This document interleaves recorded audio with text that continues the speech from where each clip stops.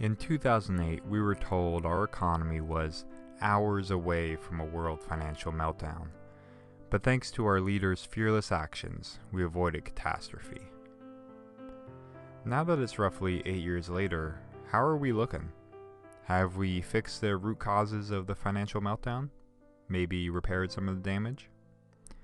Jim Rickards' short answer is no. His slightly longer answer is the banks that were too big to fail in 2008? Yeah, they're bigger and more dangerous today. In his new book, The New Case for Gold, Rickards touches on the fragility of the banking system, but mostly serves up some 21st century reasons for the safe haven of gold. And he actually starts his book by demolishing the cliches that gold investors have heard hundreds of times over. That Keynes said gold was a barbarous relic. He didn't say that about gold, but of the gold exchange standard of the 1920s. That there isn't enough gold to finance commerce. There is, it just all depends on gold's price. That the gold supply doesn't grow fast enough to support world growth. It does. The hidden objection is that gold stands in the way of legalized theft. That gold caused the Great Depression. Actually, incompetent discretionary monetary policy by the US Federal Reserve did. That gold has no yield, which is true, but cash sitting under your mattress doesn't have a yield either, and that gold has no intrinsic value. The problem with that theory is that the theory of intrinsic value doesn't have any intrinsic value. That is, it's been discredited for a while. Then he hits the traditional arguments to buy gold, which include reasons like how gold has been money for much of human history, how gold is a protection against a worsening fiat currency, how, out of all of the elements on the periodic table, gold is really the only element capable of being money. All the others are either gases, liquids, poisonous, dissolve, or explode in water, radioactive, or are simply too hard to find or too difficult to work with. And the traditional inflation and low risk arguments, etc., etc. If you've read a gold investing book, you've heard most of these already. But as the title implies, here Rickards focuses on the new 21st century reasons to buy gold.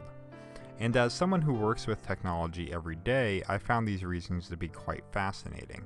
It includes stuff like how most of our wealth is digitized and is vulnerable to online theft, as anyone who's had a credit card stolen online can attest to, but also the disruption of our financial system by foreign governments, aka cyber financial warfare, or even just simple power outages. When we consider how much of our finances we do online, from paying bills to online banking to investing to even paying our taxes, is it not simply just 21st century prudence to diversify our wealth outside of the digital realm? But the most interesting reason to me, and the one he probably talks about the most, is the future of our monetary system and gold's role in that future. Anyone who understands our actual economic situation knows that our current path is not sustainable. I love the way Rickards relates this.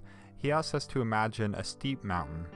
It's been snowing for weeks and the avalanche danger is high, threatening the village below. In real life, the solution is simple. Ski patrol would set off controlled explosions so the snowpack breaks up harmlessly and doesn't hurt the village. But if this mountain were to represent our economic situation, our leaders would come out and say, there is no danger, that we're overreacting, that by golly more snow on the mountain just means a stronger mountain. Meanwhile, none of the problems from 2008 have been fixed. Government's debt to GDP ratios are at an all-time high. We haven't funded other liabilities like Social Security, Medicare, or Medicaid, and countries all over the world, like Russia and China, are looking to get out from the US dollar's chokehold. The big players know the question isn't if an avalanche is coming that will collapse the current monetary system, but when. So, what does a collapse of our current international monetary system actually look like? Rickards notes that contrary to what it sounds like, it doesn't mean the economic apocalypse is coming. We won't all be huddling together for warmth underneath a bridge eating hobo chili.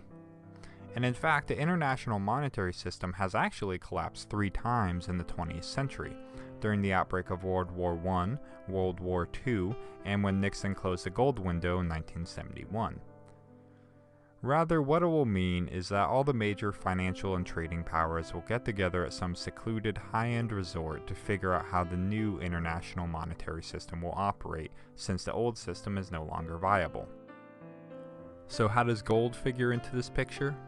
As Rickards explains, this meeting will almost be like a poker game. All the major powers will try to shape the new international monetary system to their liking. It's only natural. And gold will function like the poker chips. The more poker chips, or gold, your country has, the more power you're going to have at that table. And countries all around the world seem to be preparing for this future. The two notable examples are China and Russia acquiring gold hand over fist. Now, Rickards is not saying this new monetary system would definitely include gold. Any number of solutions could emerge, including an IMF SDR solution, a new version of the gold standard, and a lot of other variations. And we don't know how exactly we'll get to this destination either. It could be an orderly transition with policymakers forming working groups thinking hard about the economic problems at hand and aiming for minimal disruption. Or, as Rickards thinks is more likely, a chaotic transition with government decrees for banking bail-ins, gold confiscation, a windfall profit tax, and maybe a nice war on cash thrown in. For Jim Rickards, the reason to hold just a tiny sliver of your portfolio in gold is pretty straightforward, and is pretty much the same reason it's always been: to protect your wealth. It's just in the 21st century digital age, there are a few more things to think about. Hey guys, it's Nick.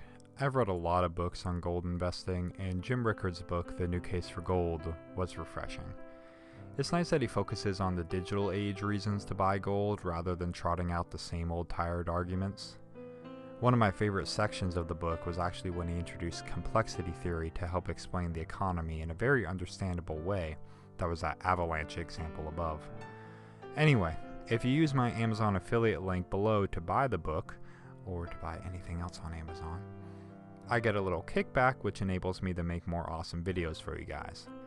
If you like books on history, economics, or big ideas, then let me send you an email when I post a new video.